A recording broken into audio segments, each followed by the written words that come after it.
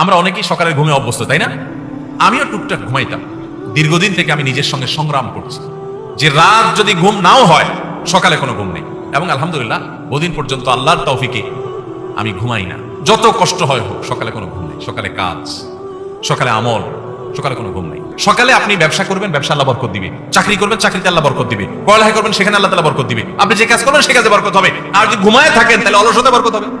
জীবনের বরকত ধ্বংস হয়ে যায়, প্রোডাক্টিভিটি নষ্ট হয়ে যায় এই সকালের ঘুম। আমাদের দেশে বেশিরভাগ মানুষের অভ্যাস এখন সকালে ঘুমানো, ঠিক না ঠিক?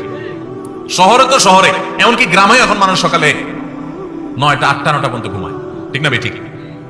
আমি পৃথিবীর অনেক দেশে দেখছি যে ভোরে সকালে দোকান খুলে ফেলে তারা। আর আমাদের দেশে অনেক দোকান আছে 10টা 11টা আগে খুলে না। কেন? কারণ পাবলিক সব ঘুমে, দোকানদার খুলে কি করবে? অনেক উন্নত দেশে আমি দেখেছি যে সন্ধ্যার পর রাস্তাঘাটে আর গাড়ি ঘোড়া নাই, তেমন ফাঁকা হয়ে গেছে, মানুষ ঘুমাইতে চলে গেছে। আর আমাদের দেশে রাত 8টা 9টা মানে সবচাইতে পিক জ্যামের টাইম, কারণ পাবলিক ঘরের গুলো সব বাইরে গেছে। আর ভোরবেলা ফজরের পর রাস্তা ফাঁকা ফাঁকা, কারণ সব নাকটাই না ঘুমাইতেছে। ভাইরা আমার, মনে হবে খুব ছোট্ট ইস্যু, ছোট ইস্যু না, অনেক বড় ইস্যু। জীবনের বরকত ধ্বংস হয়ে যায়, প্রোডাক্টিভিটি নষ্ট হয়ে যায় এই সকালের ঘুম।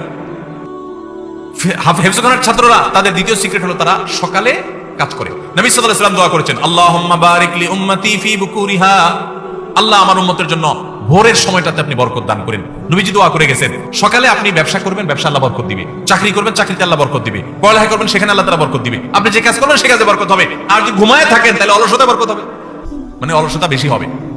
ভাইরা আমার, তাহলে হেফজখানার ছাত্ররা দেখেন ভোর রাতে উঠে যায় এবং পড়ালেখা করে। আমরা অনেকেই সকালের ঘুমে অভ্যস্ত, তাই না? আমিও টুকটাক ঘুমাইতাম। দীর্ঘদিন থেকে আমি নিজের সঙ্গে সংগ্রাম করছি যে রাত যদি ঘুম নাও হয়, সকালে কোনো ঘুম নেই।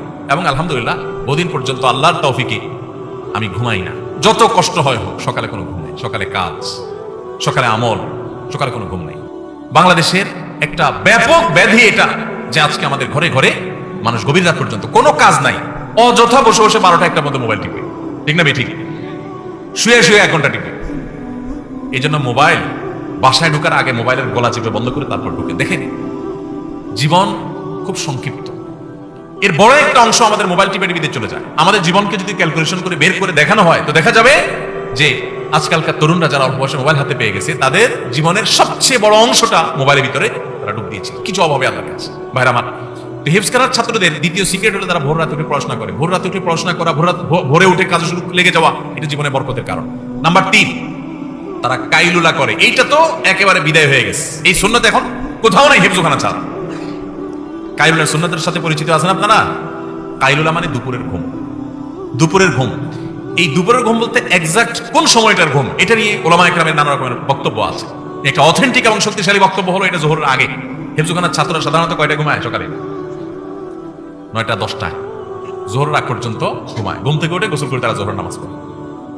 নবী সাল্লাল্লাহু আলাইহি ওয়াসাল্লাম বলেছেন, দেখেন, কিলু ফাইন্নাশ শাইতানা লা ইয়াকিল, তোমরা কাইলুলা করবা, কারণ শয়তান কাইলুলা করে না। দেখেন, দুপুরের এই ঘুমটা এত ইম্পর্টেন্ট যে এখানে সামান্য একটু, ইতিমধ্যে এটা নিয়ে অনেক গবেষণাও হয়েছে।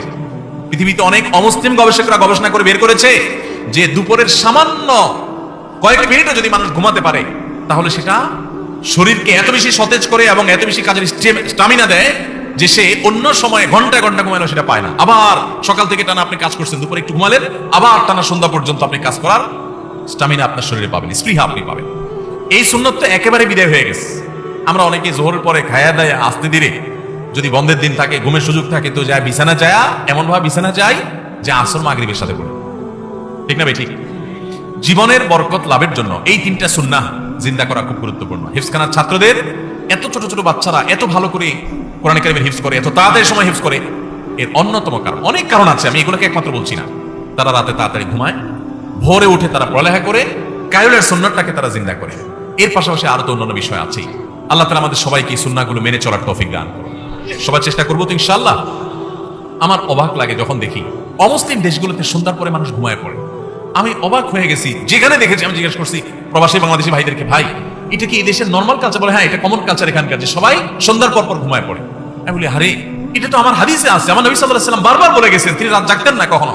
আর আমার দেশে মানুষকে কোনোভাবে বোঝানো যায় না, কোনোভাবে বোঝানো যায় না। শুধু আমাদের দেশ হলো একটা কথা, যত মুসলিম দেশ আছে, বিশেষ করে মিডল ইস্টের মানুষ তো আরো ভয়াবহ, তাদের রাত হয় রাত 12টা 1টার পর। আর আমাদের দেশে মানুষের রাত হয় রাত 9টার পর, ঠিক না?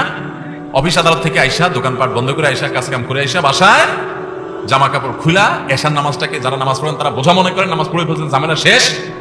এবার সোফার রুমে, আপনার ড্রয়িং রুমে সোফাতে একদম পেটের শরীর ছেড়ে দিয়া বৈশা পুরা ফ্যামিলির লোকজন বসে আড্ডা জমে, বিসমিল্লাহ হয়।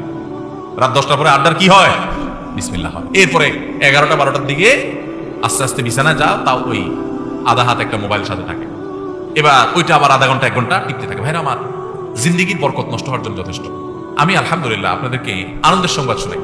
আমার বাসার মধ্যে যখন থাকি আমরা, রাত 10টার মধ্যে ঘুম শেষ, সবাই রাত 10টার ভিতরে ঘুমায় যাবে। এই প্রতিজ্ঞাকে বাস্তবায়ন করার জন্য প্রতি মুহূর্তে আমরা চেষ্টা করে যাচ্ছি এবং আলহামদুলিল্লাহ বেশিরভাগ ক্ষেত্রে আমরা সফল। আর সকালে কোনো ঘুম নাই। সকালে যে ছাত্র সে পড়ালেখা চলে যাবে, যে কর্মজীবী তার কাজ শুরু করবে, মা তার ঘরের কাজ শুরু করবে, সবাই তার কাজে লেগে যাবে। রাতে তাড়াতাড়ি ঘুমাবে। রাতের ঘুমটা স্বাস্থ্যের জন্য দরকারি। আপনি মনে করেন কি ভাই